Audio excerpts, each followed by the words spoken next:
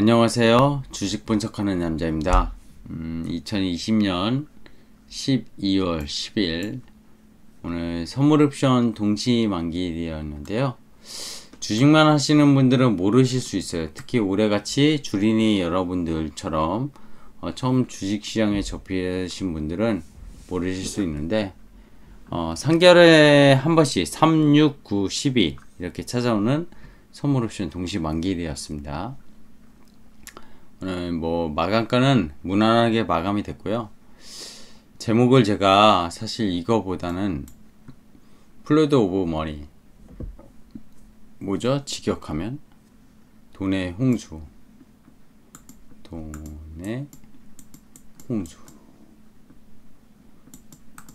여기 돈밭에 배를 돈으로 만든 배 위에 사람이 있네요. 이게 무슨 의미를 얘기하는 걸까요? 지금 시장이 사실 이 플루드 오브 머니 시장이 아닌가 이렇게 생각이 드는데, 오늘 마침 브릿지워터의 대표인 이제 네이드 알류가 이런 얘기를 했습니다. 하나씩 살펴볼게요.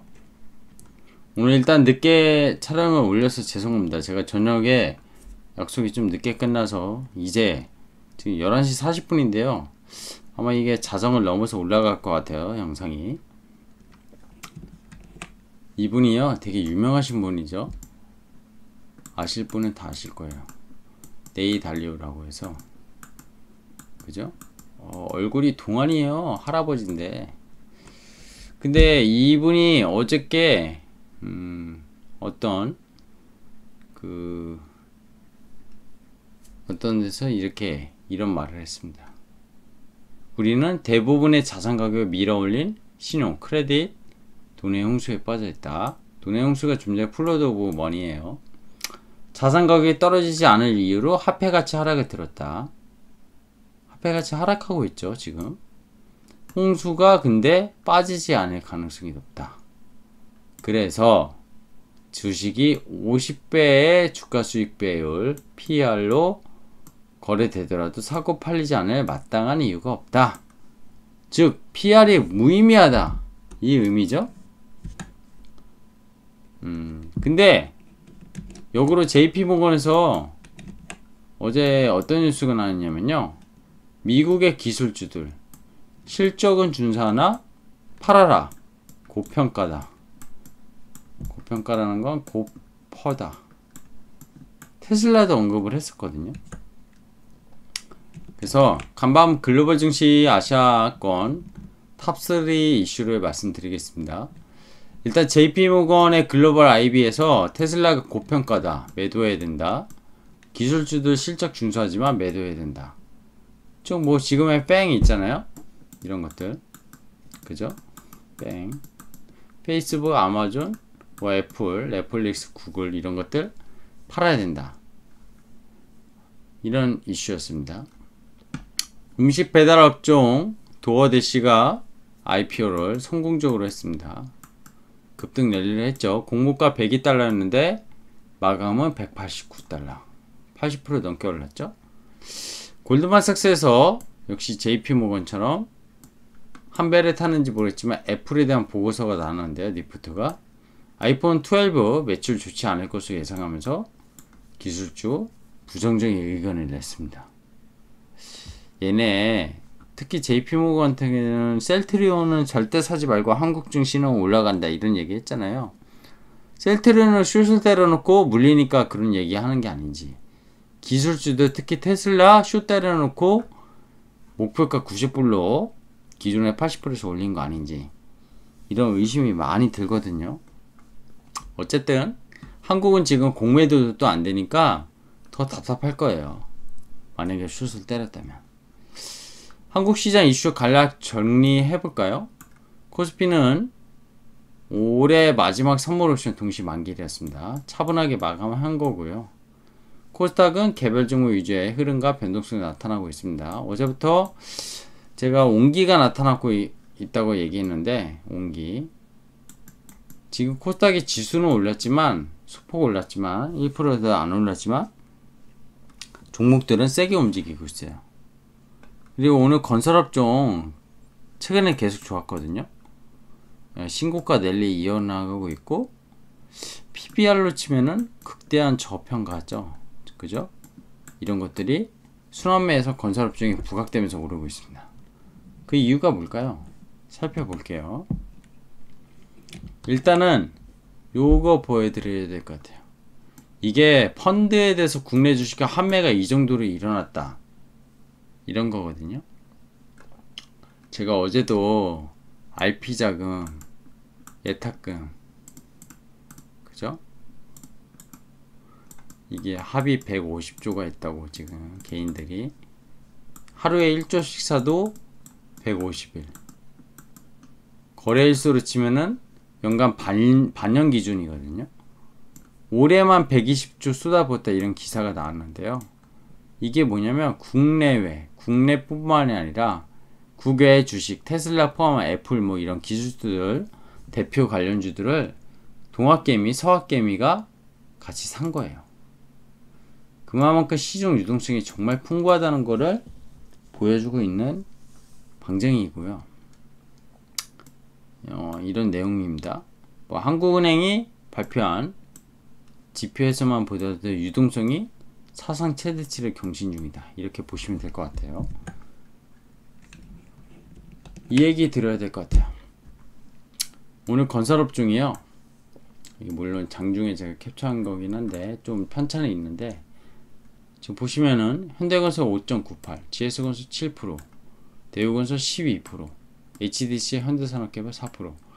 야, 건설주가 엄청 좋았어요. 엄청. 이게 뭐냐면은 자동차, 화학, 조선, 철강, 경기, 민감주, 최근에 가치주도 좀 노테이션 돌았는데 건설주는 별다른 움직임이 없었고 이번에 움직였다, 이런 뉘앙스가 있고요. 근데 그런 것 같아요. 팩트는 코스피 대비 할인폭이 역사적 최대 수준으로 지금 최근에 부동산 가격 상승, 분양 물량 증가할 것으로 예상되는 투자 심리 개선한 것도 있었고요. 김현미 장관이 교체가 됐죠.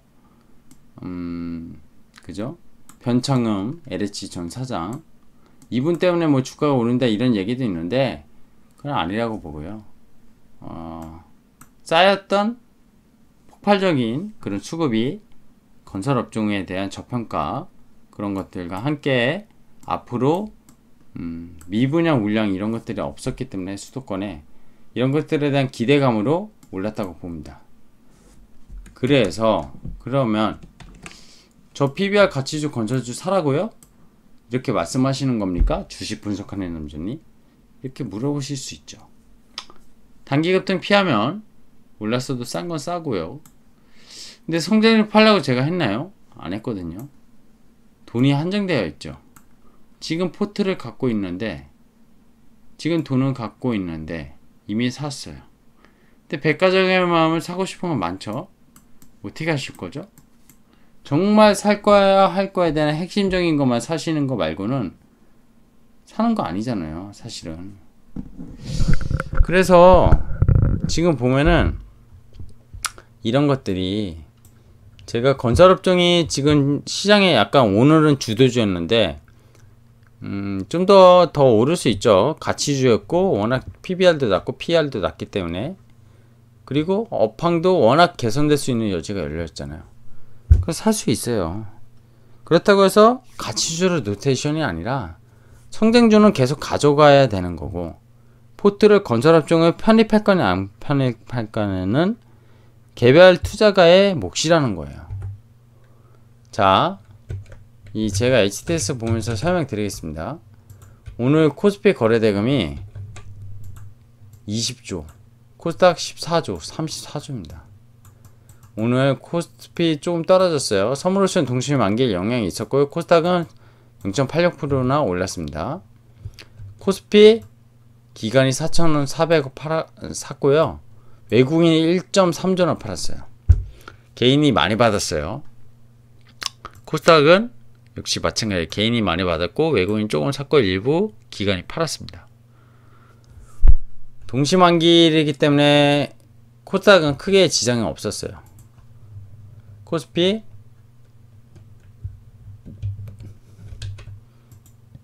매우 양호한 조정 속에 동시만기를 끝냈습니다. 여기 수급을 보시면요, 코스닥 개인이 많이 샀고 코스피도 샀고 기관은 받쳐줬고, 근데 금융투자가 어제 팔았던 애들이 오늘 들어왔어요. 그래서 큰 의미였고, 연기금 오늘 4,000원이라 팔았습니다. 연기금은 비중 계속 줄일 수밖에 없다고 했죠. 종목들 잠깐 볼까요? 이게 코스피 상위 종목인데 제가 보기에 별로 좋았던 것 같진 않아요. 그죠? 삼성전자 우선주 올랐고, 셀트리온 올랐고, 이건 제끼고요. 거의 안 좋았어요. 오늘 헬스케어 어쩌죠? 다 좋았고, IT, PCB, 5G 다 좋았어요. 뉴딜 2차전지 다 좋았어. 일부 종목 빼고요. 결국엔 이게 무슨 말을 하죠? 오늘 선물옵션 동시만기일 마감을 좀 정리하면요, 일단 동시만기일 무난하게 마감되었죠. 외국인이 거의 3조에서 4조 가까이 매물을 쏟았지만 이거를 기관은 4천억 정도가 전체에 샀는데 개인이 오히려 유동성으로 지수를 하단을 막은, 예전 같았으면은 사실 상상도 못했던 동시만기 같은 경우 외국인이 던지면 기관이 막거나 기관이 던지면 외국인이 막고, 그런 사실 선물옵션의 만기를 봤었는데 올해 마지막 동시만기일 이례적인 개인의 유동성, 앞으로도 좀 자주 보게 될지도 모르겠다 이런 생각이 듭니다. 하지만 어쨌든 외국인이 세팅한 지수라고 지금 표현을 제가 했는데 코스피 200입니다. 코스피 200 지수가 오늘 약간 370인가요? 370이 좀 안되게 끝났죠. 근데 요 370 콜, 풋, 이게 옵션 같은 경우 한 달에 한 번이고 선물은 3개월에 만기거든요. 그 옵션 같은 선물 이익이 극대화되는 지수에 맞추다 보니까 대형주주, 즉 시가총액 상위주로 지수를 조절하는데 그렇게 끝난다고 보시면 되고요. 옵션에 대해서 주식 관련 채널이기 때문에 자세하게 설명은 안 드리겠습니다. 하지만 옵션을 혹시 하시는 분은 제가 무슨 말씀 하시는지 알 거라고 보고 있고요. 동시만기도 끝났기 때문에 이제 개별주 유지 장세가 더 연말 연초까지 이어질 가능성은 커 보일 거로 저는 보여집니다. 그래서 개별 종목도 잘 골라내야지 연초 효과까지 충분히 누릴 수 있다 이렇게 보고 있고요. 오늘 아까 말씀드렸지만 주목 못 봤던 건설업종, 그리고 오늘 한전 같은 경우가 또 올랐는데 전기가스업종까지 상승하고 있습니다. 단순 성장주만 올라가는 것이 아닌 초강세장으로 가면서 저평가 종목까지 관심받는 것으로 살아되는데, 매매 스타일에 따라서 결국에는 종목은 취사 선택을 하시는 게 맞지 않나 생각이 듭니다. 나는 성장주랑 지금 올라간 성장주들의 차트를 보거나 그런 모습을 봤을 때 너무 겁이 나 하면은 사실 저평가 종목을 매매하는 것도 어떻게 보면 하나의 방법일 수 있다는 거, 사람의 투자 성향에 따라서 그건 다르다는 거, 이런 말씀 드리겠습니다. 주식 분석하는 남자였고요. 구독하기 꼭 눌러주시고요. 알람 설정까지 해놓으시면은 제 채널 영상이 새로 뜰 때마다 도움이 되는 영상 보실 수 있을 걸로 생각합니다. 자, 감사합니다.